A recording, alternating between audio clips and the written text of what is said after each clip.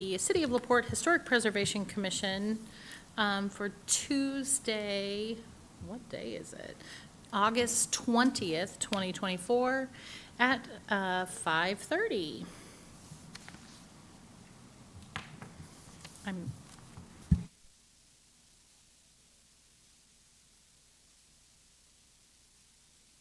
So let's start out with roll call, and let's lead us out of, Lexi, why don't you lead us out of the gates? Did you just say your name? Lexi Moses.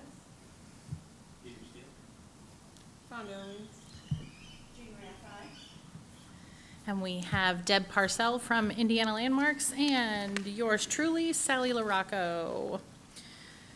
Next up, we have the approval of the meeting minutes from June 18th. As you all remember, we called off our July meeting because we had that big storm and City Hall did not have power. So take a few minutes to read over the June 18th meeting and roll those wheels of time back to recall that meeting.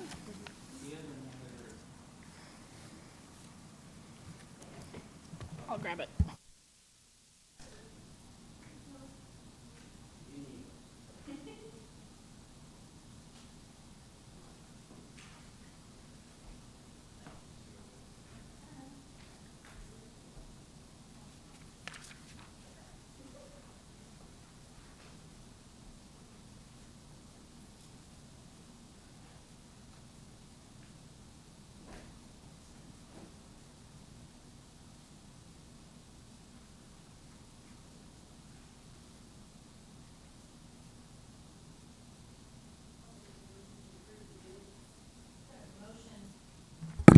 Motion from Fonda to approve the minutes from June 18th.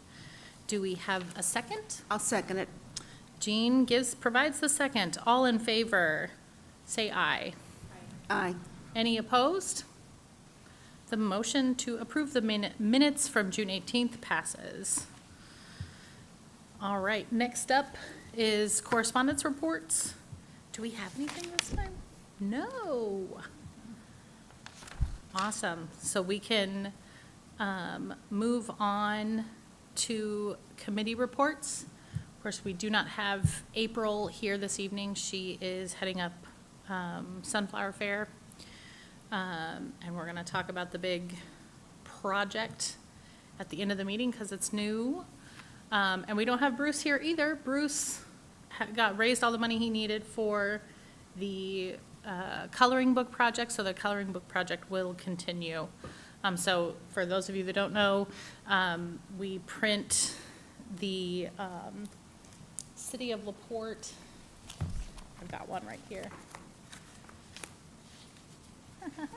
It's the City of LaPorte Historic Coloring Book. This gets into the hands of every third grader in the City of LaPorte. So it's really awesome. It's got pictures. And we get to enjoy their best dreams for what LaPorte should look like, color-wise. Ready? Can I continue to move forward? All right. Well, then moving on. Let's go on to old business. Local designation plaque wording. Are we ready to move forward with that?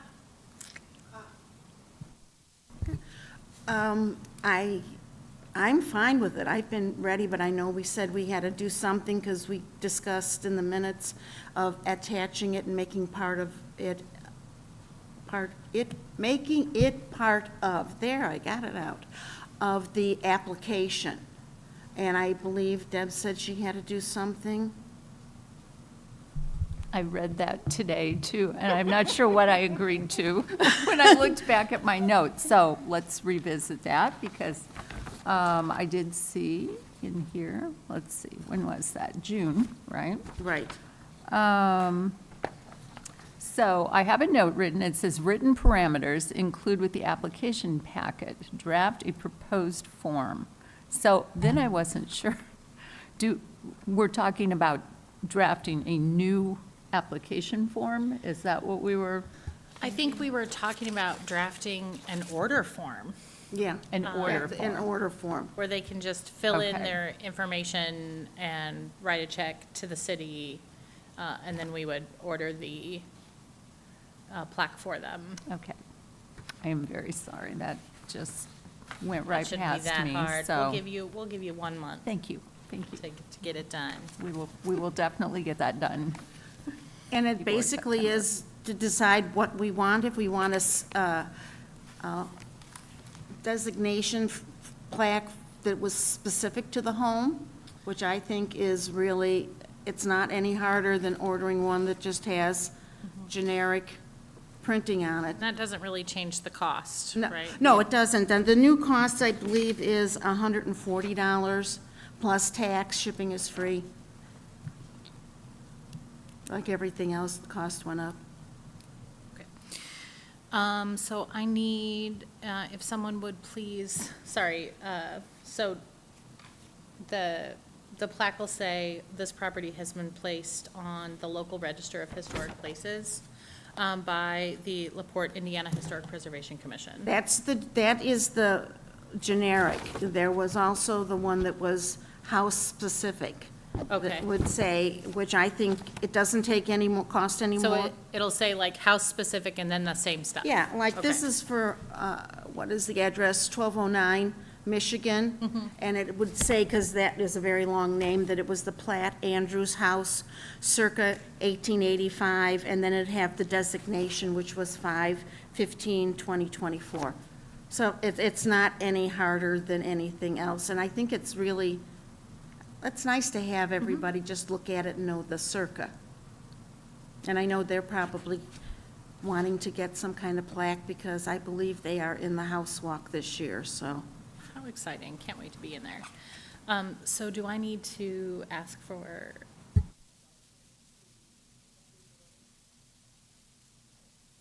Okay, so I just need, if someone would please make, if you are all in favor, I need someone to make a motion to approve the wording of the plaque. I'll do it. All right. All right. Can we get a second, No, I'm please? sorry, I don't want to make a motion. No, would like to make a motion that we establish a plaque program for the historic designated homes in LaPorte, and that the plaque be home-specific and include the name of the house, the circa, and the date that it was designated. May I have a second, please? Lexi, thank you for the second. All in favor, say aye. Aye. Aye. Any opposed?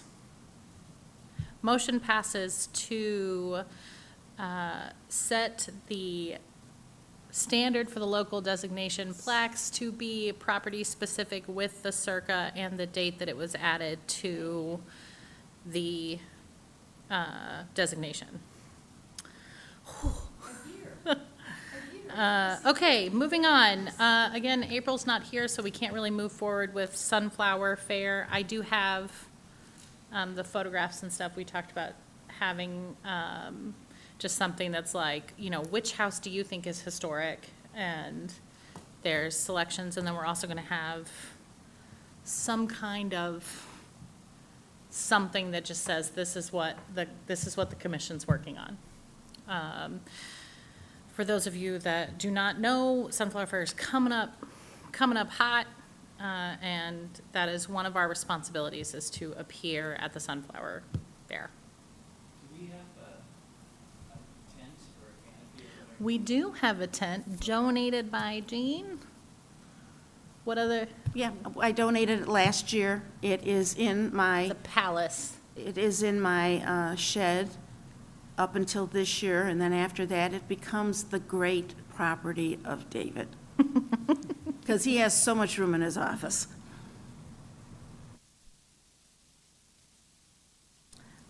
So we will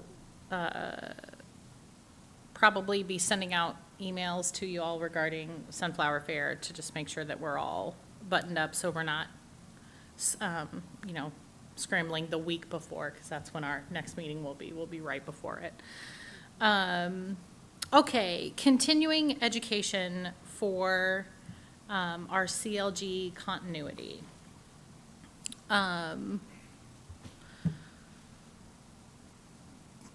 So one of the things that we have to do to maintain our relationship with Indiana Landmarks and preservation, like as certified local government. So we have to fulfill a certain number of education hours. So we all have to participate in that.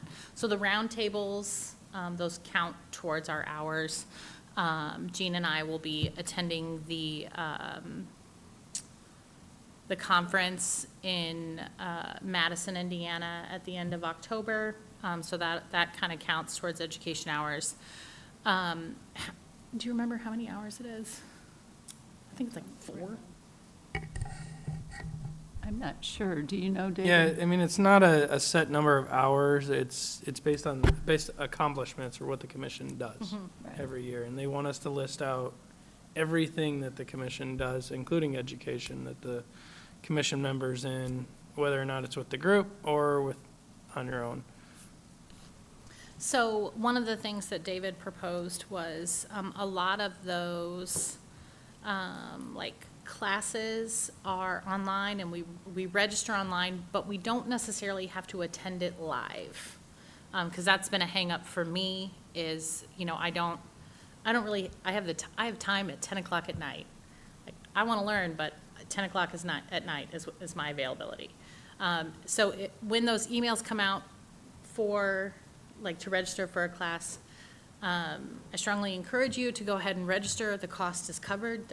They're generally free for commission members and Indiana Landmarks members and stuff. And then you get emailed the recording, and you can watch the recording later, and it counts. So we just all need to, you know, make sure that we're participating in those, and make sure that David knows that we attended them. Okay? Is that sufficient? Yep. Great. Wow, we're moving right along. This one's going to be great. I'm so excited. The HPC roundtable recap. Yeah, we had several from LaPorte here in attendance, which was really great. Total, I think we had about 15 people there, so it was really good. Krager Smith talked about their challenge in Fort Wayne with the Frank Lloyd Wright House that wanted to de-designate, which was not popular in the community, but drug on for a long, long time. And I think the interesting thing about that story is the fact that the same owner that wanted to de-designate is the same owner that asked to designate it in the first place. So it's interesting, but he had a change of heart somewhere along the line. And anyways, eventually, he gave up trying to de-designate and actually still owns it today. So it was an interesting story. And then Todd talked at length about the state law, and people just were able to chat a little bit. So I think it was a good meeting. That was good. That's all for this year, and I promise there will not be 3 next year, because that was too many. So if there's anything you want us to address next year, there may be 2 at max, probably 1 in this area and 1 farther west, like Valparaiso. So feed me ideas over the next few months, because we'll probably be planning that end of the year for next year.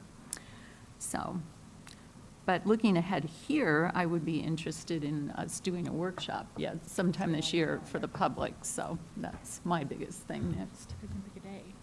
We can pick a day right now. if you We could want. do that, if there is a day. The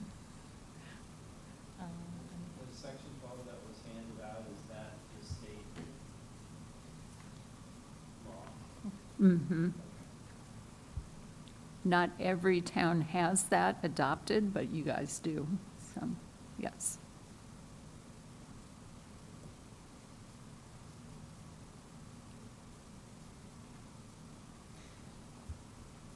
I do think it's super valuable for us to be really well-informed,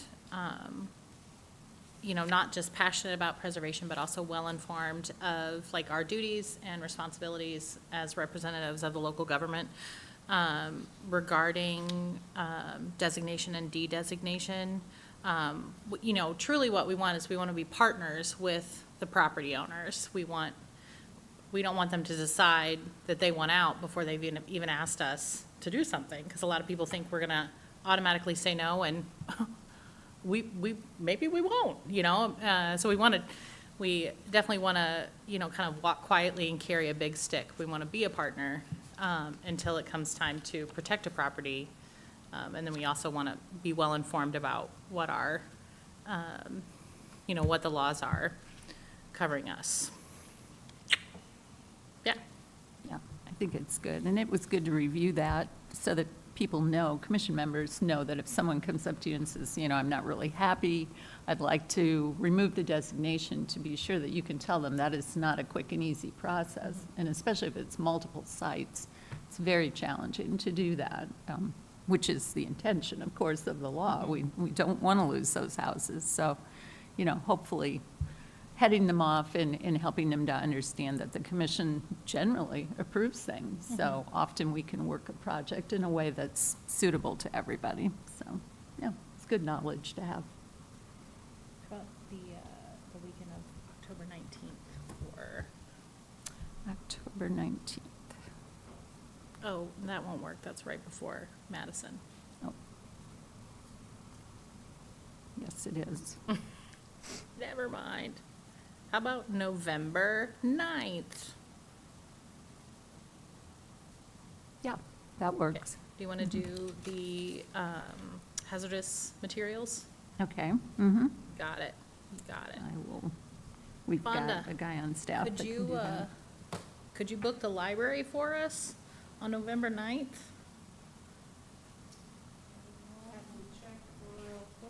Super. Making decisions, kids.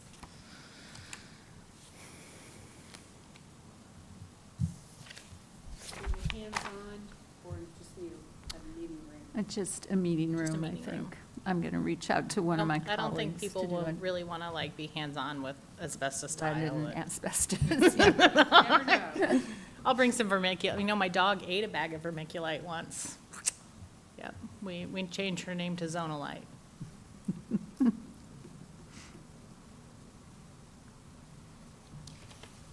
So one other thing that's kind of old business that I'll bring up, because I just got this example in the mail.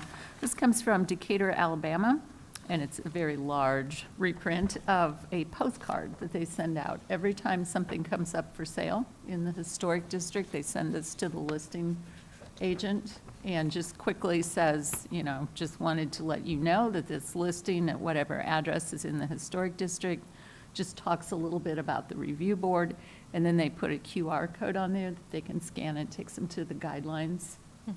And then on the sidebar has when they call it their review board, when they meet, where, that sort of thing. And you can mail that out. I think that could be a really useful tool that would be super simple and cost-effective.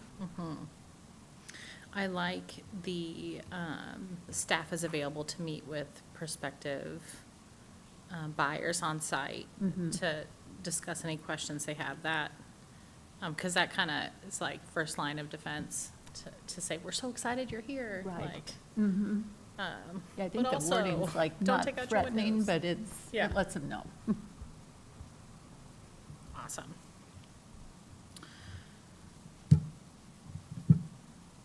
Well, while we're waiting on November 19th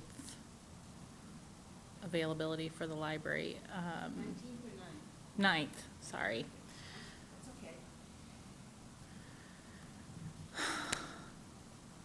okay. You went to the roundtable recap. What was your did you have one big takeaway? My big takeaway was the whole process. We're sold 10 to noon. My thing was the whole process and the legalities and basically the designating a property comes from us from the bottom up, but de-designation starts from the top and goes down to the bottom.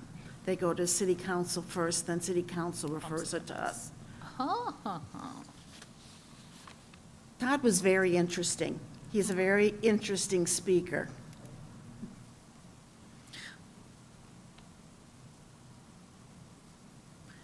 So, thinking about what Jean said about how de-designation starts at the top and works its way down the ladder, then it's, like, we are a collection of folks that live throughout the city, so it would behoove us to make sure that we're in personal contact with our city council person, so that they know that, like, a member of the Historic Preservation Commission is in their constituency. I mean, I'm so lucky, my city council person is here, but, you know, to just make sure that we have an open door of communication, so that if they have questions about a property that's in our neighborhood, we can certainly help, you know, find out information if they need it. Okay, we ready to move on to the big project? To new business? Yes? All right. David, you want to pull that up on the big screen for me?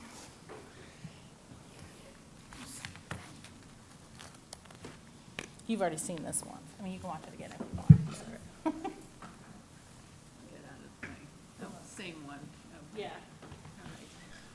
Let's see, anybody? There he is. Hello. Oh, no. You wanna help with this, or you want me to lead the way? I can do it. Okay. Oh, I love it. So this is forward? Okay. Want to sit where you can see it if you can't see it. Yeah, there's plenty of chairs out here, Bruce. Okay, so the question very often is, how do we dangle the carrot? How do we help compel homeowners to add their properties to the designation list? Especially because there's a lot of false information out there about what designation actually does. And so this is kind of the framework for a proposal to the city to help sweeten the pot. So we're going to build on the past, using preservation as a tool for redevelopment and investment in our historic neighborhoods. So there's a lot of benefits to preservation investment in LaPorte. We all are super familiar with this house because we watched it go through just a really wonderful, refurbishment. And the interior is totally like modern living, which is really awesome. And we want to make sure that, of course, we are protecting the irreplaceable assets that LaPorte has. Historic districts, they offer a very unique sense of place. When people talk about LaPorte, they talk about the old houses. When I kind of describe the neighborhood I live in to somebody, they say, "Oh, I love that neighborhood." LaPorte's inventory of historic buildings is one of the finest and most extensive in the state. It's quite frankly one of the city's greatest assets. You drive through a new subdivision and they all you get lost in it. It's a beige paradise. But when you drive through a historic neighborhood, you remember it. You say, "Ooh, look at that one, look at that one." Also, protecting our historic structures will attract businesses and new residents. That's part of the goal. Historic retail districts have unique appeal for shoppers and businesses. There are examples in Northwest Indiana. This picture here on the left is of another Northwest Indiana town where they've done a beautiful job of helping their downtown be compelling for small businesses. And then LaPorte's historic residential neighborhoods are a strong draw for out-of-town buyers. People are moving to LaPorte. Word is out that LaPorte is the place to be. And so we definitely have a responsibility to make sure that people that are moving here, relocating here, and investors alike are on notice that we want them, but we want them to respect the historic integrity of our town. So one of the things that we can really accomplish with this proposal is increasing the supply of high-quality housing. So rehabbing existing buildings is kind of like low-hanging fruit for an investor. It has the potential to create unique, high-quality housing in a relatively short period of time, as opposed to building from scratch, from the ground up. And it's also like a lower cost compared to new construction. Also, we hope to improve property values. So it is proven that well-maintained historic neighborhood districts maintain higher property values compared to like comparable similar homes in newer neighborhoods. They have their value and they hold their value, so that the neighborhood doesn't fall off. People always want to live there. It will also help stimulate private investment. So visibly improving the districts will attract more development. So when, it's kind of like when one house on the block gets painted, everybody kind of wakes up and says, oh, wait, like we should paint too. Kind of like when you mow your lawn, you mow your lawn and then the neighbor's like, well, I gotta mow my lawn now. So this photograph right here is from Wabash. And the blue building on the corner was kind of the one that started it. They invested in that property, and then the rest of the buildings down the block kind of followed suit, and people, kind of bought in. So we're going to visibly improve the district, and then we're going to ask current property owners in the district to be, we're going to encourage them to reinvest in their own properties. So one of the concerns is that we have a need for immediate action. We are seeing neighborhoods decaying. The proposed neighborhood that we've to kind of start has lost 17% in the last 30 years. So, right, 17? So the integrity and livability of the entire neighborhood is affected by one bad apple. And often this is by absentee owners, either out-of-town investors or, someone that just doesn't care for the property and isn't there all the time and not living in our community. So we want to make sure we're protecting our historic assets. So we have an example from Linwood Avenue. It's a Tudor revival. In the 1989 interim report, so many of you have that, and mine is sitting on my dining room table with me intending to bring it this evening. So that property in 1989 was rated outstanding, and now it's not. And so we, oh, there, 14%, I was close. So like in that West End district, 24 homes, 14% of the historic home inventory has been lost to demolition. So we really just need to take action and hold hands with our homeowners to help create a package for them to invest in their properties. So what we want to do is unlock access to financial resources for homeowners and investors. So without historic designation, local, state, or national register, property owners have very limited access to financial incentives for restoration or maintenance. The bill's on them. There are a number of properties in LaPorte that were determined eligible for designation but were never nominated. So we did all the work, we got it all the way to the finish line, and then nobody ever said, okay, let's do it, right? National register listing would make whole neighborhoods or properties eligible for many tax incentives. There's 20% state historic tax credits. There's all kinds of tax incentives available when a property's on the National Register. So we want to help not just the Indiana, Michigan Avenue neighborhood. We want to help move a good portion of LaPorte across the finish line so that all of the residents of LaPorte have access to those tax incentives. Okay, so proposed actions. So we need to create the carrot. We need to create better incentives for local designation. We also need to kind of change the way that we're pursuing designation. Rather than it being a single site designation, we need to move our attention towards designating a neighborhood. Because then the whole neighborhood, the individual property owners, the people that live there, get to put pressure on the the out-of-town investors. Does that make sense? If the whole neighborhood is in, then they get to look at the bad guy on the block and say, hey, fix it up or get out, right? Okay, so many of you already kind of know the difference between different types of designation. State and national register listings, those can be applied to districts or individual sites.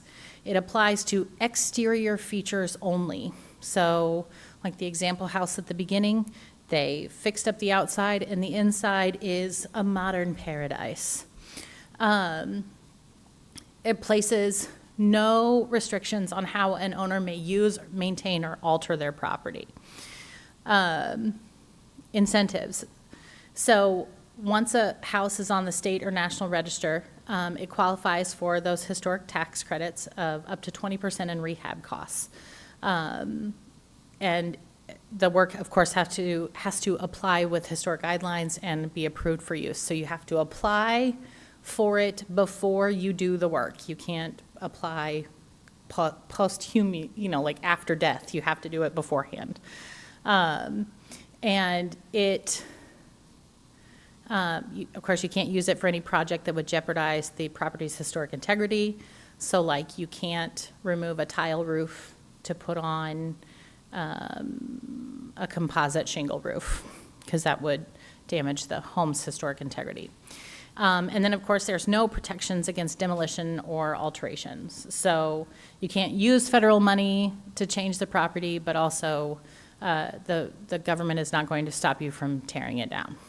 So we don't want people to tear down their houses, so we want to make sure that homes and properties are also being listed on the local designation, because local designation is how we, as local residents of LaPorte, can protect the property and protect our community. So again, it can be applied to districts or individual sites. It applies to only exterior features. You can do whatever you want inside. And then you have to apply for your COA. Pretty much everybody here is familiar with that. And a building permit before undertaking any exterior work on your property. And of course, it has to apply to the guidelines. So we're all familiar with that. Also, it prohibits demolition. So once a property is protected, they can't tear it down. Okay? Sally? Yeah. If I could color Please. commentary. So the biggest contrast between the two types of designation, I think, that you're pointing out is that there are benefits in the form of 20% tax credits under state and national register listings. We currently are, by we, I mean LaPorte designation is all stick. Yeah, No all carrot. stick, no There's carrot. no incentive at all for an owner, unless they have a good heart like Gene, to designate their property. So that's one of the things that we're proposing to change. Yeah, so we want to add carrot, because ultimately it will benefit LaPorte and the home itself. Okay, so here are the proposed actions. We want to create better incentives for property owners to apply for local designation. So we want no fee applications for designation. We already kind of prepare the application, but we want to also cover the cost. No fee expedited building permits and certificate of appropriateness, COAs. So basically, if you are in a designated property and you apply for a building permit, you get it for free. No cost improvements to city row and infrastructure. So, or amortized costs added to the property tax bill. So, for example, my home has a slowly failing sewer line, and it's gonna be a hunk of money. And so instead of having to pony it up all at once, we propose that similar to St. Paul, Minnesota, the homeowner can add the cost of the sewer line replacement to their property tax bill or their utility bill, and the cost is spread out over 6 years, 10 years, whatever we decide. And then the cost of that improvement also stays with the property. So let's say someone comes in, they do tons of work, they replace the sewer line, they live there for 3 years, 5 years, their kids graduate, they move away, they sell the property, there's $3,000 left that just stays with the property, so it's just slowly paid off over time. Does that make sense? We can actually thank Cassandra Red Eagle for phoning that in from St. Paul, Minnesota. Yeah, so this is the portion of the cost that the city would incur for those So replacements? the city would pony it up the initial work, but then the homeowner pays You're them back. repaying the city back? We want to identify some historic resource areas, some zones to kind of get us started. So we've already kind of decided on a neighborhood based on some direction with our meetings with City Hall. So it's kind of similar to a TIF district based on that interim report. So we're kind of starting on this side of town. Let's see, Jefferson, that's the library, Jefferson, right? Maple. Thank you. So I'm going to hand these out at the end. This is the next part of the project. So we've kind of identified the neighborhood that we're going to start in. So we're going to first add a whole large swath to the National Register. That process is going to take about a year.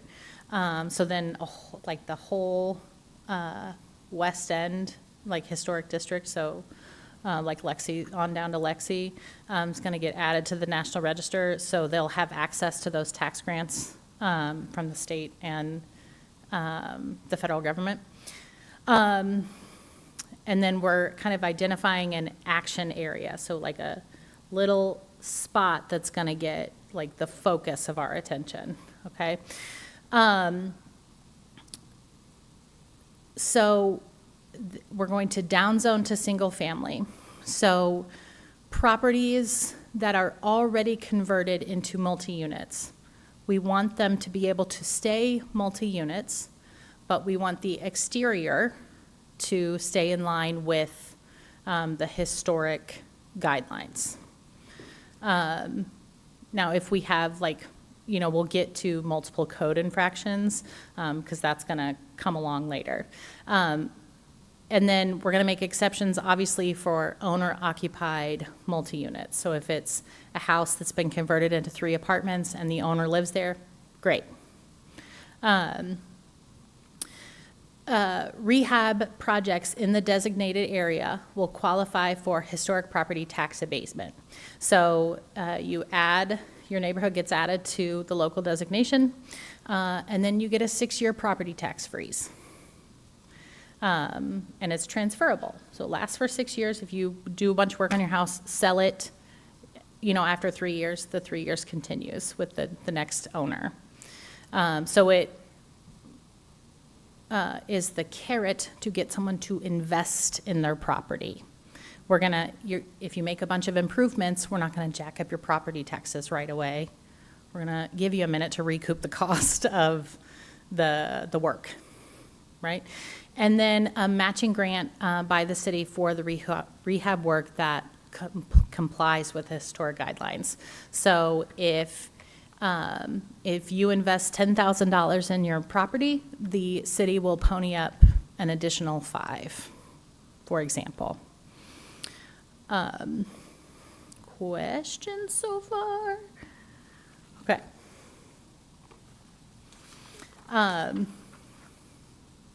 So we're going to overlay those National Register districts onto local designations. So we're getting them all under one umbrella. Every, the neighborhoods will be locally designated as well as on the National Register. So we're making sure that those contributing properties qualify for that 20% historic rehab tax credit.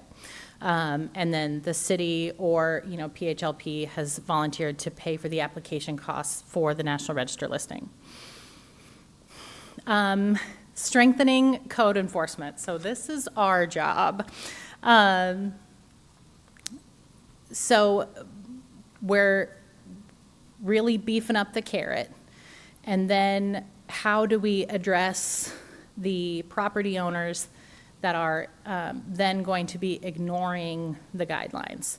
So we did have a roundtable, the first one that was kind of about how to partner with code enforcement to help kind of beef up the protections regarding historic structures. Registered rental properties, they'll have to be registered. They can't be secret. And they must post 24-hour management contact information. So it's not a mystery owner. We have a way to get in touch with them. Every code violation will require a post bond. So it'll stick. It'll be tied to their property taxes. So code violation fines will be applied as a lien to the tax bill. And this is kind of more specifically towards absentee owners, but because ultimately what we want is to be good partners. But then we want to be able to follow up with a stick to help protect the properties. So we can use the state of Indiana's Unsafe Building Acts to kind of trigger city cleanup of properties. And then that cleanup cost can also be attached to the tax bill. And then we can also use receivership in extreme cases. So if we have a derelict property that has multiple violations, then the city can kind of go after them using receivership. So then and correct me if I'm wrong, am I doing okay so far? Yeah. Okay, so the city basically will appoint a receiver. So it could be the Healthcare Foundation of LaPorte, PHLP, any kind of not-for-profit CLG kind of entity. The receiver will contract for the repairs. So they're going to kind of receive the property, do the necessary repairs to bring it up to the designation standard, to bring it up to code, make it safe. And then the property is designated and then sold. So the receiver kind of receives their investment back, and then the original owner gets the rest. Right? And just to amend that, it's actually a court action, so the city doesn't have to execute the order. It's through the court. Okay. And then the owner has the option, once the repairs have been made, to pay off the repair bill. Yeah, and So get the property back. They can retain the property, or it gets sold, and the receiver is first in line to get their money. And the original owner gets Anything left over. You following? Okay. And then, of course, we're going to apply local designations so that the property does not fall off again. So the original owner couldn't just, pay the receiver back for the repairs that were made, or they can sell the it can continue to sell to be sold, and then the owner gets kind of whatever's left over after the receiver recovers their original cost. Okay? Sorry, guys. So, results. So we will expand our historic districts. Local designation protections and benefits would be extended to homes in the Walker and West End districts. Over 200 property owners will be newly eligible to apply for state and federal tax incentives for restoration investment.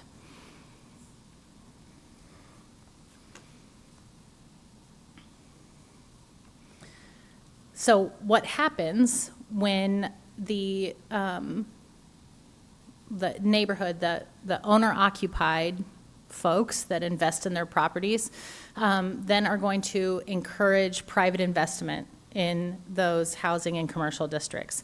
So these incentives and the availability of the matching grant and the tax credits will also encourage new investment in a savvy buyer or investor in these designated properties and the adjacent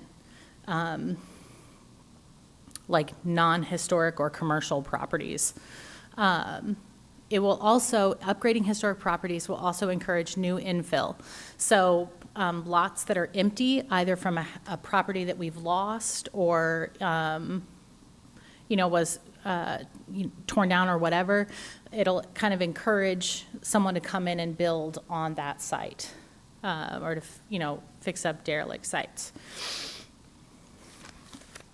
So the end result is that we have better neighborhoods and better quality of life for LaPorte residents.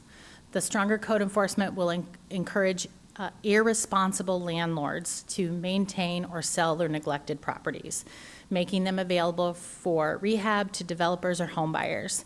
So I want to be clear that we still want affordable housing in LaPorte. We want it to be beautiful, affordable housing. We don't want to gentrify people out of their homes or apartments, but we do want them to have decent places to live. Rehabs and infill construction will increase the market rate for homes for middle to high income families, which is one of the gaps in LaPorte. So we don't have that middle income properties, or you buy one and then you have to do tons of work to it. And then upgraded commercial properties will help fill empty storefronts and attract customers to historic downtowns.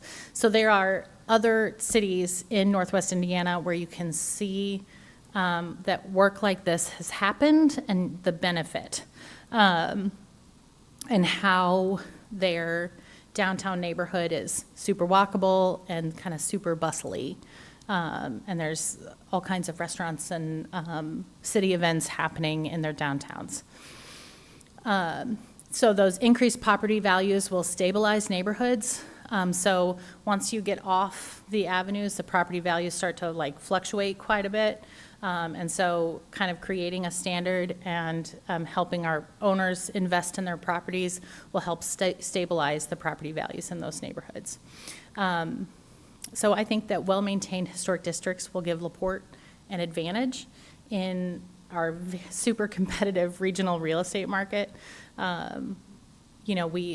are starting to see LaPorte grow, and people are, it's kind of pushing out, and so we have a chance to really protect our historic structures and help the city move forward. So there's a whole list of sources here. You guys are all going to get a copy of the slideshow and kind of our updated notes. So it's important that you understand that we're not quite there yet. And our job will be more enforcement rather than some of the fun stuff, I guess. Once the project gets moving, we'll start to see some action, and we'll get to have lots of fun COAs and stuff run across our desks. So I'm really looking forward to that. Okay. Also, I have a copy up here. If you still have your binder from when you started, in the back is the 24 reasons that preservation is good for communities. So I have a copy of it as well, if you'd like to probably pass it on to you, Lexi. And I'm gonna have a few of these made so that the HBC kind of has a library of them. And it's just, this is the data that backs up what we propose. Okay? Okay, questions?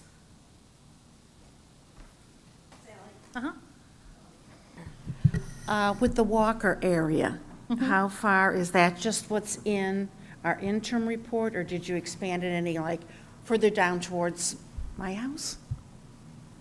Mark can better answer that question. So I think what Sally presented was the initial proposal to the city hall, and we got feedback from the mayor, we got feedback from, what Drew gave us some direct feedback, and so what we have incorporated in the final plan, which I believe you're circulating we'll hand also, that out. is to start with a test district centered primarily on Maple. Yeah. So the Walker is kind of proposed as a second phase. Okay. So the initial district is centered around that Maple. So you, like, the library's right here, right, and this is Okay. Maple. Okay, so this neighborhood here, Okay. West End, is Yeah. what we're proposing to add to the National Register. And this will kind of be the zone, this is the test. Okay, So starting out, this neighborhood, this will be okay, the 2-for-1 matching grant. So Fonda's looking at the sheet with the proposed test district, that pretty well defines that, I think. Yeah. And there's, I mean, just taking a noodle around that neighborhood. We okay, have lots of properties that are still contributing very well, some already designated single sites, plenty of owner occupieds, and plenty of room for improvement. okay. I was just wondering because, you know how you say, okay, you do something and the neighbors around you say, okay, I'm going to cut my grass, or I'm going to paint my house, and it's been kind of discerning that what we've come in and what money we've put into the house, that our neighbors are not responding. Well, I mean, hopefully, the beefing up of this project will. Okay. help that, and we'll have the chance to iron out, some of the kinks, because what we're asking is, we're asking the city to, invest with us. Okay, Can I build on that? Yeah, please. That's one of the reasons Sally mentioned we'd like to start designating districts as opposed to single sites. yes. because experience has shown that getting kind of a critical mass is necessary to make a real change in a neighborhood. So the block farm, or in this case, the 3-block test district, is designed to do that, to get a critical mass that would actually change the whole neighborhood. Is trying, as opposed to trying to push it one house at a Yeah. time, which is admirable, but it's a Yeah, lot of it's, work. it's frustrating. It can be, yeah, so. So that's kind of the proposed area that we, start with. Okay? No, you're on your side. I'm so So my question is, who's "we"? You've used "we" in your proposal? Yeah. Who's So, "we"? I guess we is kind of, Mark's kind of spearheaded this, but it's, we've basically listened to tons of people over the years say, we should do this, we should do that, we should do this. And there's lots of great ideas out there, but nobody's taking action. So I guess in some instances, we would be Mark and I. In some instances, it's the city of LaPorte as a we. And Indiana Landmarks and PHLP and the HPC. It's kind of a collaborative effort. Also, this builds on the work that the charrette had done and the opportunities that they identified, but if you followed kind of the outcome of that, it's sort of, it was great work, and I think it opened a lot of people's eyes to the opportunity we have to do something with our historic districts, but there hasn't been great follow-through. So this initiative was intended to take that momentum and build on it and actually put it into And take some action. So, So it sounds like it takes a great deal of cooperation between different groups. So, a lot on the part of the city, but also is there a place for county involvement? Like, I'm just trying to figure out who all the partners are in support that you need. probably less county at this point. There might be some county involvement in the tax abatement and how that mechanism would be put into effect, but there's models for that that have been done elsewhere in Indiana. So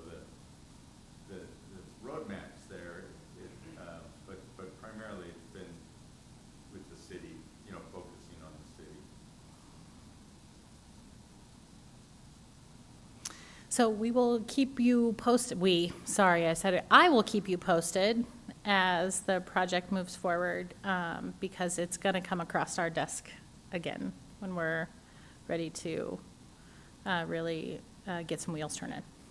Okay? Fonda's got burning questions, I can see it. Thank you, Sarah.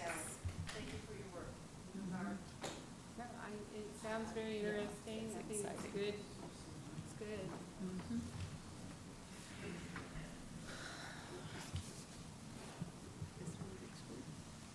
What's your parking lot?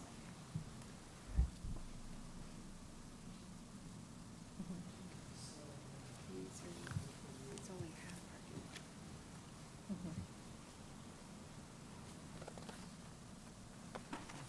Hold, please. All right. So, that's the new business. We don't have any visitors this evening. Mark's here, but he's fulfilled his role. Any announcements? I need to cover the coloring book stuff. Is that on the agenda? We, for committee reports, please. I'm going to pass around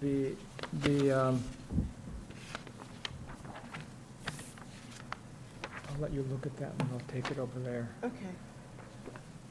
These are the sponsors that I came up with, and we're ready to go to print, and I wanted to make sure.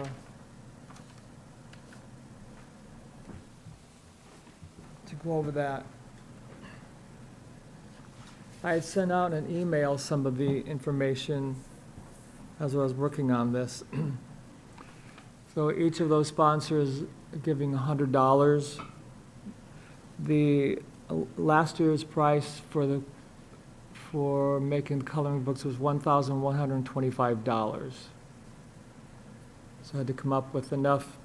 And I'm working with Hawkins. They said they thought it'd be about the same. We had 455 students in third grade so far this year. But they also, East School added a little bit extra, just in case some more enrolled. But anyway, so 455 students, and then these sponsors to cover the expense. Does anybody have any questions? Looks great. I'm so glad that this project continues every So- year. I think it's charming. Well, that's the thing, we're going to have, if we've got this started, we've got to continue this each year. So then we have to have help with some of this, especially getting the sponsors each year, so. So they're ready to go to print. Just want to make sure that looked okay. I think it looks great. Every year, it looks really Yeah, nice. it's a nice layout this year. Do I need to ask for a motion to approve the cover? Not necessarily. I think it looks great. Let's roll with it. To the presses.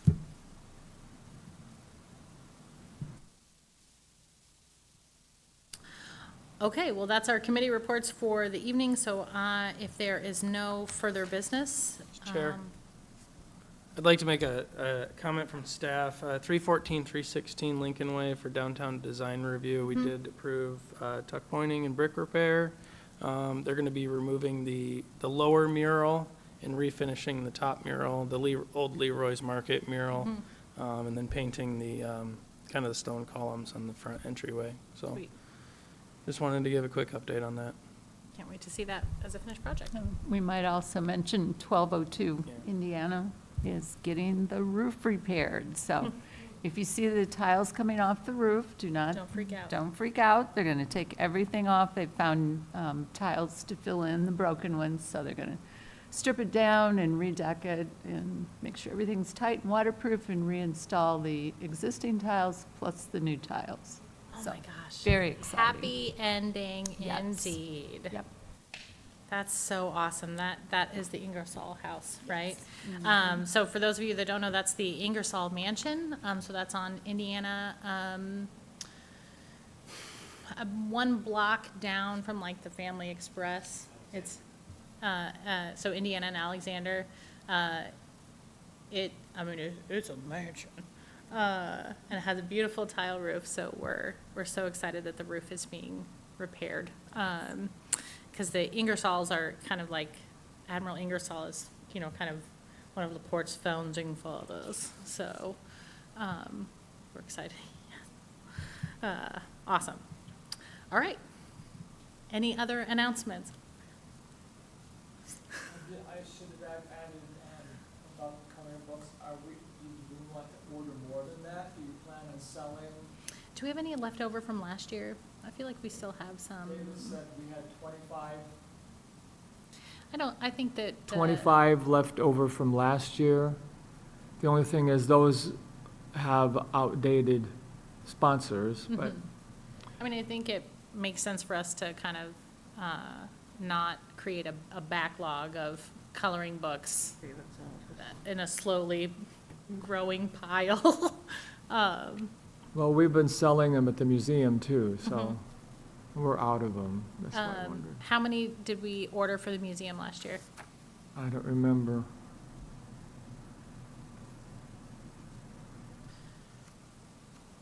Is it possible to buy the leftovers?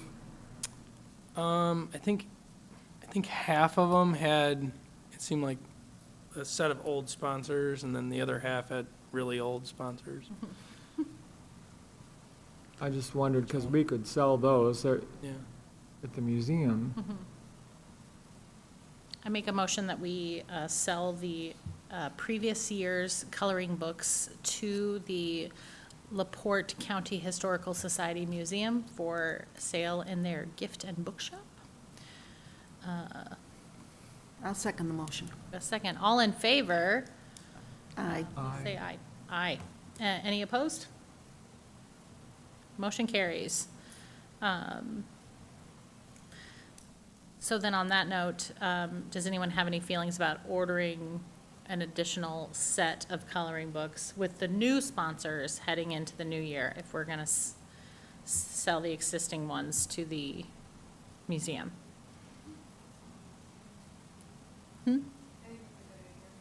Okay. How many do you think, Bruce? Well, it depends. I think we sold them at the Sunflower Fair in the past and a couple other Do places. you remember how many we but- sold, like maybe 3, 5?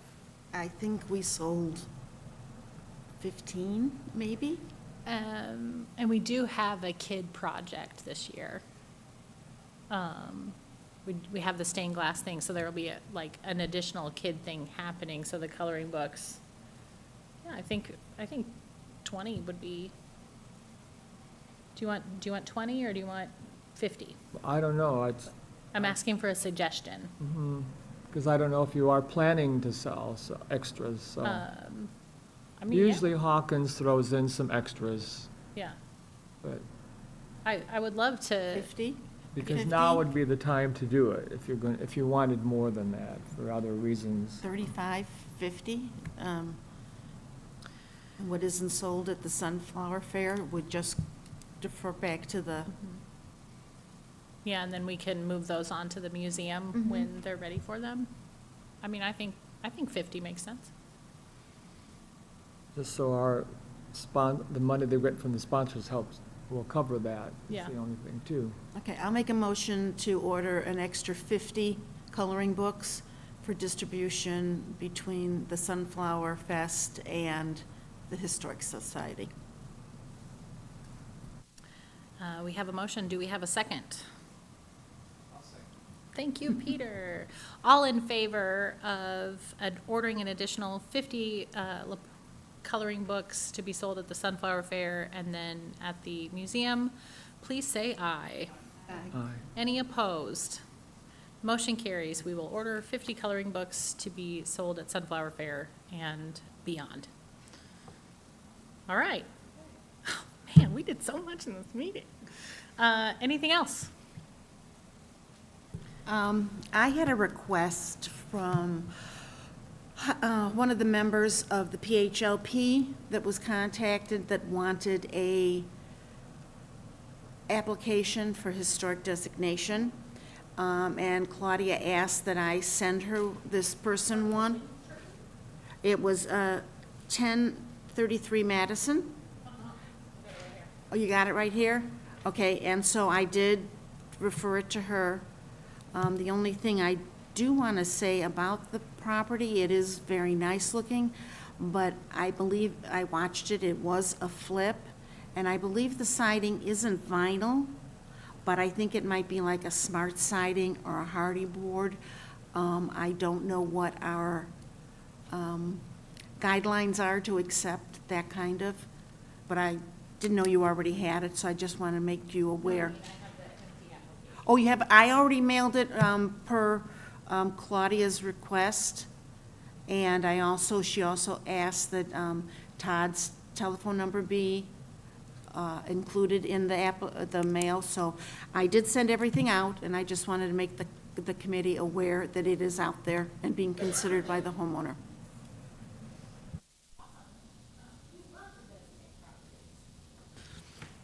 All right, if there's no further business, can I get a motion to adjourn the meeting? I Peter. second. Okay. We both Don't second. everybody speak at once. All in favor of adjourning the August meeting of the Historic Preservation Commission for the City of Porte, say aye. Any opposed? Motion carries. We are adjourned at 6:36 PM.